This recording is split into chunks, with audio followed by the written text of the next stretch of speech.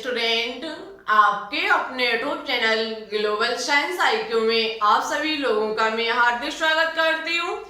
आशा करती हूँ आप सभी लोग बहुत ही अच्छे होंगे और आपकी स्टडी भी बहुत ही अच्छी चल रही होगी। तो जैसा कि आप सभी लोगों ने थंबनेल में देख ही लिया होगा, आज हम आपके लिए बहुत ही इम्पोर्टेंट और एक कीमती टॉपिक लेकर के आए हैं जिसका नाम है वैलेंस बॉन्ड थ्योरी, जिसे हिंदी में कहा जाता है संयोजकता आवन सिद्धांत और इसे शॉर्टकट में कहा जाता है बीबीटी। बीबीटी आपके एग्जाम के लिए, चाहे आप किसी की भी तैयारी करते हो, BSc nursing, CP net, VHU, paramedical exam 2021 में, सभी के लिए ये टॉपिक बहुत ही इम्पोर्टेंट टॉपिक होने वाला है। ये सबसे इम्पोर्टेंट इसलिए भी है क्योंकि इसके अंतर्गत आप सीखोगे जो हमने आपको पढ़ाया था सही संयोजकता बंध, उसका निर्माण किस प्रकार से होता है, आज आप बीबीटी के अंतर्गत सीखने वाले हैं। यदि आपने इससे पहले लेबोस डॉट सिंबल और Lewis dot structure plus formal charts को नहीं पढ़ा है तो एक बार उसे जरूर पढ़ लें, क्योंकि वो भी आपके एग्जाम के लिए बहुत ही इंपॉर्टेंट टॉपिक है। ठीक है, आज के टॉपिक को बहुत ही ध्यान से सुने, ध्यान से समझे और मेरे साथ कॉपी में नोट डाउन करते हुए चले। ठीक है, और उससे पहले हमसे एक क्वेश्चन पूछा गया था, शायद अनुराधा मौर्य के द्वारा पूछा गया था कि फॉर्मल चार्ज को हम किस प्रकार से समझेंगे, जैसे कि हमें एग्जाम में ऐसे क्वेश्चन कैसे पूछे जाएंगे इससे। तो हमने आपको एक एग्जांपल दिया था CN-, हम इसी के माध्यम से आपको समझाने की कोशिश करते हैं।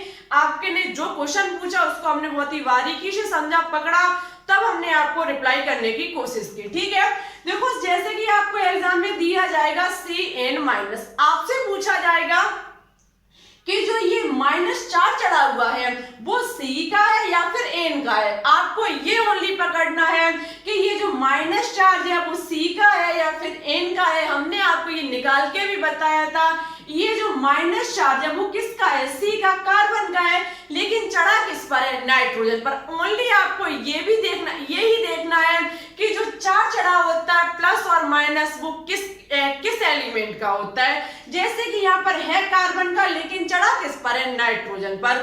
ओनली आपको फॉर्मल चार्ज का यही मतलब होता है, यही आपको सीखना है। आई होप आपको अब समझ में आ चुका होगा। अभी भी मन में किसी भी प्रकार का डाउट हो आप कमेंट बॉक्स में कमेंट करके बता दें, हम उसको नेक्स्ट क्लास में समझाने की पूरी कोशिश करेंगे।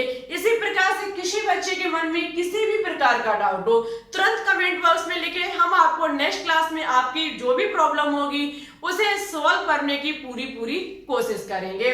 तो फिर अब समय न लेते हुए बात करते हैं आज के कीमती टॉपिक पर। देखो बहुत ही कीमती टॉपिक है, आज ही इसको याद कर लें, आज ही इसे माइंड में पूरी तरीके से बैठा लें। ठीक है, तो फिर नजर डालते हैं बोर्ड की तरफ। सबसे पहले लिखा हुआ है सही संयोजकता आवन सिद्धांत, जिसे इंग्लिश में वैलेंस बॉन्ड थ्योरी और हिंदी में बीबीटी कहा जाता है। आपको पता है केमिकल बॉन्डिंग, इस टाइम हम चैप्टर चला रहे हैं, ये उसी के अंतर्गत आता है। ठीक है, सबसे पहले याद रखना वैलेंस बॉन्ड थ्योरी जो है उसका प्रतिपादन हिटलर तथा लंदन नामक वैज्ञानिक ने सन 1927 ईस्वी में किया था। हिटलर तथा लंदन नामक वैज्ञानिक ने इसका प्रतिपादन 1927 ईस्वी में किया था। ठीक है, नेक्स्ट सुधार, कहने का मतलब है इसको विस्तार जो प्रदान किया है वो पॉलिंग तथा स्टेलर ने सन 1931 ईस्वी में किया है। ठीक है, इसमें जो भी कमियां थी बीबीटी के अंदर हिटलर तथा लंदन ने जो नियम दिया था, ये बीबीटी का ये थ्योरी जो दी थी, इसमें जो भी कमी थी उसका जो सुधार किया है वो पॉलिंग तथा स्टेलर नामक वैज्ञानिक ने सन 1931 ईस्वी में किया है। ठीक है, इनके द्वारा कुछ रूल दिए गए थे, उस आधार पर बीबीटी को बताया गया है। बीबीटी के बारे में इन्होंने कुछ समझाया, भैया आपको वहां समझाएंगे इन्होंने क्या रूल दिए और किस प्रकार से इसको समझाने की कोशिश की। इनका फर्स्ट रूल है कि दो परमाणुओं के वायतम कक्षकों के बीच अतिव्यापन होता है। देखो सबसे पहले आप इस अतिव्यापन को हम आज भी समझाएंगे और नेक्स्ट क्लास में इसके जो भी टाइप्स होंगे, क्या है अतिव्यापन, बहुत ही डिटेल से जानकारी देंगे। आज भी हम आपको अतिव्यापन की डेफिनेशन समझाएंगे, टाइप्स भी इसके आज ही बताएंगे और टाइप्स को किस प्रकार से समझेंगे वो आपको नेक्स्ट क्लास में देखने को मिलेगा। दो परमाणुओं के वायतम कक्षकों के बीच क्या होता है, अतिव्यापन, जिसे इंग्लिश में कहा जाता है ओवरलैपिंग। इंग्लिश में कहा जाता है ओवरलैपिंग, और अतिव्यापन से जो बंध बनता है उसे सहसंयोजी बंध कहते हैं। आपको पता है जब दो परमाणुओं के बाह्यतम कक्षकों के बीच अतिव्यापन होगा तो उसमें कोई ना कोई बंध बनेगा, उस बंध को ही कहा जाता है सहसंयोजी बंध। याद रखना, एग्जाम में क्वेश्चन पूछा जा सकता है कि सहसंयोजी बंध का निर्माण कैसे होता है। तो सहसंयोजी बंध का निर्माण होता है ओवरलैपिंग से, जब दो परमाणुओं के बीच साझेदारी होती है। जब दो परमाणु आपस में साझेदारी करते हैं तब ओवरलैपिंग का निर्माण होता है, तब हमारा किसका निर्माण होता है, सहसंयोजी बंध का। ठीक है, अब क्वेश्चन उठता है कि अतिव्यापन क्या है। तो याद रखना, हम आपको बहुत ही बारीकी से बताते हैं अतिव्यापन के बारे में। अतिव्यापन जो होता है दो परमाणुओं के अर्धपूर्त कक्षकों से होता है। कहने का मतलब है कोई हमारा ए परमाणु, कोई हमारा दूसरा बी परमाणु, इनके बाह्यतम कक्ष के जो अर्धपूर्त कक्षक है, कहने का मतलब है जो कि अयुग्मित इलेक्ट्रॉन है, उनके मध्य जो साझेदारी होगी उससे जो बंध बनता है उसे हम सहसंयोजी बंध कहते हैं, और इसको ही कहा जाता। कहने का मतलब है सहसंयोजी बंध तभी बनता है सबसे पहले उनके मध्य होता है अतिव्यापन। दो अर्धपूर्त कक्षकों के मध्य क्या होता है, अतिव्यापन। ठीक है, कहने का मतलब है पॉइंट में लिखा हुआ है कि अतिव्यापन केवल अपूर्ण कक्षकों के मध्य होता है। जो अतिव्यापन होता है वो केवल किसके मध्य होता है, अपूर्ण कक्षकों के मध्य। एक हमारा ए परमाणु, दूसरा हमारा बी परमाणु, इनके क्या कक्षक जो है वो अर्धपूर्त है। अर्धपूर्त कक्षक आपस में मिलेंगे, इसको कहेंगे अतिव्यापन, और इनसे जो बंध बनेगा उसे कहा जाएगा सहसंयोजी बंध। ठीक है, आई होप अब आपको समझ में आ चुका होगा पूरी तरीके से कि सहसंयोजी बंध का निर्माण किस प्रकार से होता है।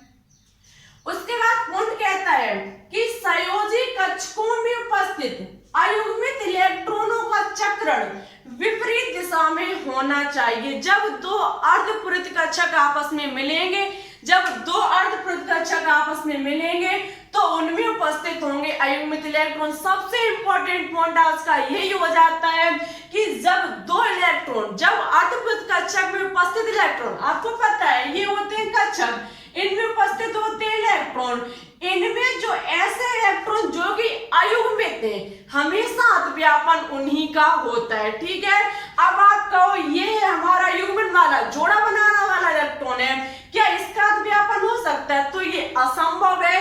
याद रखना, अतिव्यापन जो होता है वो अयुग्मित इलेक्ट्रॉनों का होता है, ना कि युग्मित इलेक्ट्रॉनों का। ठीक है, तो याद रखना संयोजी कक्ष में उपस्थित अयुग्मित इलेक्ट्रॉनों का चक्रण विपरीत दिशा में होना चाहिए। चलो हम आपको एग्जांपल के तौर से समझाते हैं।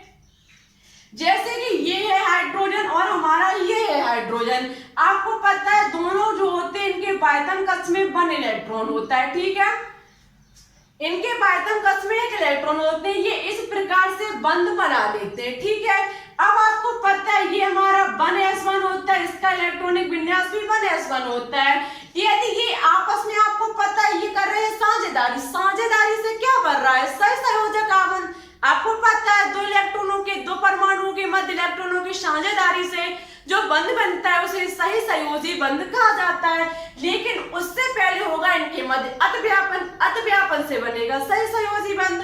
तो याद रखना इसमें इलेक्ट्रॉन एस कक्षक, एस सबशेल का एक कक्षक होता है, इलेक्ट्रॉन ये भी क्लॉकवाइज, ये भी हमारा क्लॉकवाइज, लेकिन ये हमारा एच साझेदारी कर रहा है, बंध भी बना रहा है, लेकिन दोनों इलेक्ट्रॉन हमारे क्या से क्लॉकवाइज। जबकि क्वेश्चन कह रहा है कि अयुग्मित इलेक्ट्रॉनों का चक्रण विपरीत दिशा में होना चाहिए। ये हमारा होता है जैसे कि एस सबशेल का ओवरलैपिंग इस प्रकार से, ये हमारा एच है। इसमें हम आपको ओनली समझाने की कोशिश कर रहे हैं, ओनली इतना याद रखना कि जैसे कि यहाँ पर 2 अयुग्मित इलेक्ट्रॉन जब इनके बीच अतिव्यापन होगा तो एक का जो इलेक्ट्रॉन होना चाहिए वो हमारा क्लॉकवाइज होना चाहिए, तो दूसरा का होना चाहिए एंटी क्लॉकवाइज। ठीक है, ओनली इतना याद रखना, एक का क्लॉकवाइज तो दूसरे का कैसा होना चाहिए, एंटी क्लॉकवाइज। यदि चक्रण विपरीत दिशा में होगा तो ही ओवरलैपिंग होगी, तो ही अतिव्यापन होगा। ऐसा समझाया गया था बीबीटी सिद्धांत के अंतर्गत, वैलेंस बॉन्ड थ्योरी के अंतर्गत। ठीक है, तो इतनी बात आप याद रखना। नेक्स्ट पॉइंट कहता है कि दो परमाणुओं के अयुग्मित इलेक्ट्रॉन वाले कक्षकों में जितना अधिक अतिव्यापन होगा, आज का सबसे इंपॉर्टेंट पॉइंट, बनने वाला आबंध उतना ही अधिक होगा। कहने का मतलब है दो अयुग्मित इलेक्ट्रॉनों के मध्य, दो अयुग्मित इलेक्ट्रॉनों वाले कक्षकों के मध्य, ये हमारे जैसे कि कक्षक है, एक हमारा ये कक्षक है और इनमें उपस्थित है अयुग्मित इलेक्ट्रॉन। ठीक है, इनके मध्य ओवरलैपिंग, जितनी अधिक इनके मध्य ओवरलैपिंग होगी, ओवरलैपिंग कब होती है, जब दो परमाणु एक दूसरे से, कहने का मतलब है दोस्ती कर लेते हैं, आपस में बिल्कुल मिल जाते हैं, तब होती है हमारी ओवरलैपिंग। जितने ये अधिक आ जाएंगे, इनके मध्य बनने वाला बंध जो होगा वो उतना ही अधिक प्रबल होगा, बनने वाला बंध उतना ही प्रबल होगा। ठीक है, यहाँ पर प्रबल लिख लीजिए, प्रबल उतना ही मजबूत होगा, कहने का मतलब उतना ही मजबूत होगा। जितने पास आते जाएंगे, जितना अधिक ओवरलैपिंग होगा, जितना अधिक अतिव्यापन होगा, हमारा बनने वाला जो बंध होगा वो उतना ही प्रबल होगा। अतिव्यापन याद रखना, एक दूसरे से आपस में दोस्ती कर लेते, मिल जाते। ठीक है,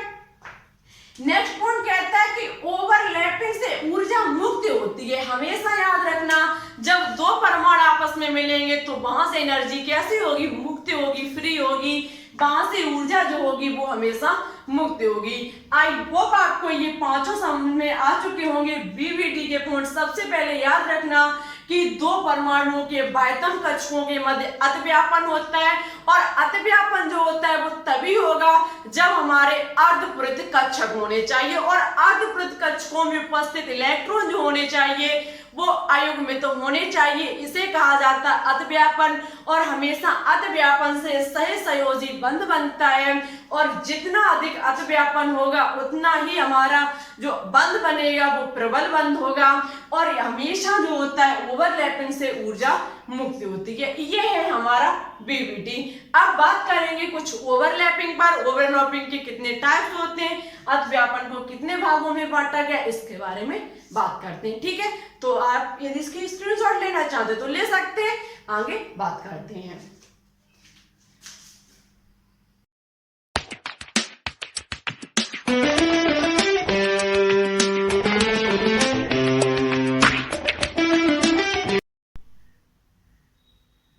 बात करते हैं अतिव्यापन पर कि अतिव्यापन क्या है और इसे कितने भागों में बांटा गया है।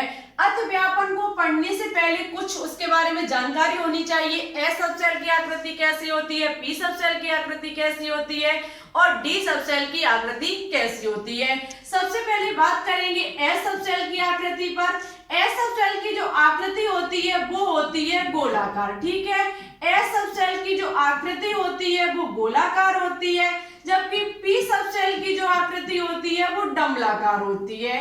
पी सब सेल की आकृति डमलाकार होती है, जबकि जो आपका डी सब सेल होता है इसकी आकृति दो डमलाकार होती है। ठीक है, दो डमलाकार होती है। बहुत ही इंपॉर्टेंट है, क्योंकि इससे भी आपके एग्जाम में क्वेश्चन पूछे जाते हैं कि डी सब सेल की आकृति कैसी होती है, पी सब सेल की कैसी होती है, और एस सब सेल की आकृति कैसी होती है। याद रखना, एस सब सेल हमारा गोलाकार होता है, पी सब सेल हमारा डमलाकार, इस प्रकार से होता है। ठीक है, जबकि डी सब सेल जो दो डमलाकार होता है उसकी आकृति कुछ इस प्रकार से होती है। ठीक है, इस प्रकार से इन तीनों की आकृति होती है। ये चीज आप कॉपी में नोट डाउन जरूर करें।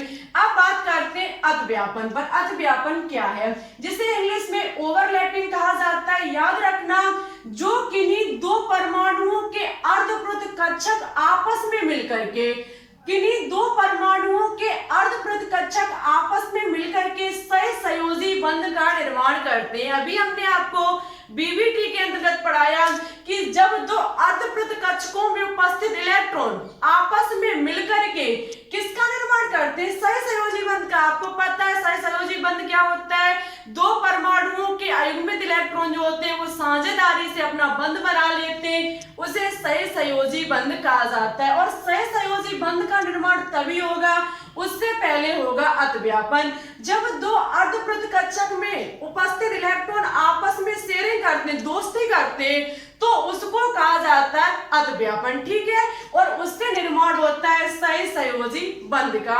अब बात करते हैं कि अतिव्यापन को कितने भागों में बांटा गया है। तो याद रखना, अतिव्यापन को 3 भागों में बांटा गया है, एस ओवरलैपिंग, एसपी ओवरलैपिंग, उसके बाद पीपी ओवरलैपिंग, ठीक है। आपका जो एस ओवरलैपिंग होगा वो याद रखना किस प्रकार से होगा, एस ओवरलैपिंग इस प्रकार से होगा, ठीक है। इस प्रकार से आपका एस ओवरलैपिंग होगा। अभी हमने आपको बताया कि अतिव्यापन, जो अतिव्यापन होगा, जितना अतिव्यापन अधिक होगा उतना ही प्रबल बंध बनेगा, ठीक है। जितनी अधिक इनके, जितनी गहरी इनके दोस्ती होगी, अतिव्यापन जितना अधिक होगा, इनका जो बंध बनेगा वो उतना ही मजबूत होगा, ठीक है। जबकि एसपी ओवरलैपिंग जो होती है वो इस प्रकार से होती है, ये हमारा एस जो आकृति होगी और ये हमारी पी सबसेल की आकृति होगी। इस प्रकार से एसपी ओवरलैपिंग होगा। जबकि पीपी ओवरलैपिंग जो होगा वो इस प्रकार से होता है, एक तो हमारा इस प्रकार से होता है, इस प्रकार से, ठीक है।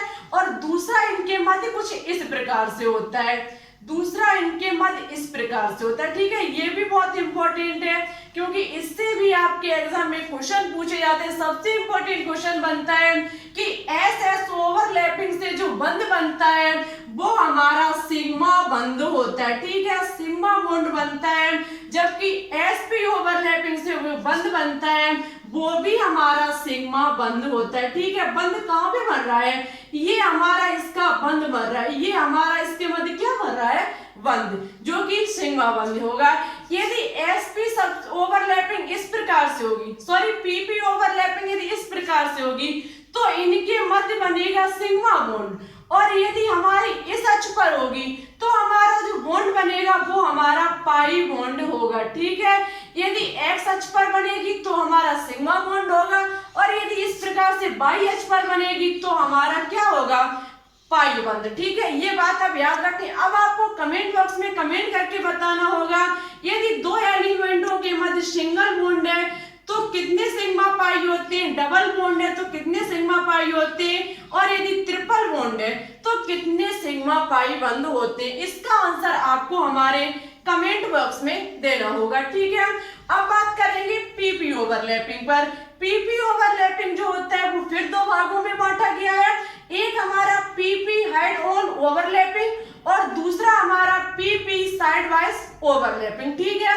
अब आपके SS overlapping, SP overlapping, PP overlapping और इनके ये दोनों भाग, इनके बारे में जानकारी आपको नेक्स्ट क्लास में दी जाएगी, ठीक है। तो इसके लिए आप तैयार रहे। और यदि आपके इनसे बनने वाले क्वेश्चन की यदि आप प्रैक्टिस करना चाहते हैं तो इवनिंग में जो हम 8 बजे क्लास चलाते हैं 500 क्वेश्चन की सीरीज ले, 500 क्वेश्चन की सीरीज वाली, उसको लेना बिल्कुल भी ना भूलें। यहाँ पर दोपहर में जो भी टॉपिक कराते हैं उनसे बनने वाले क्वेश्चन की जो प्रैक्टिस होती है वो हम आपको शाम को 8 बजे के समथिंग कराते हैं, तो उसको लेना बिल्कुल भी ना भूलें। आज की क्लास कैसी लगी कमेंट बॉक्स में कमेंट करके जरूर बताएं।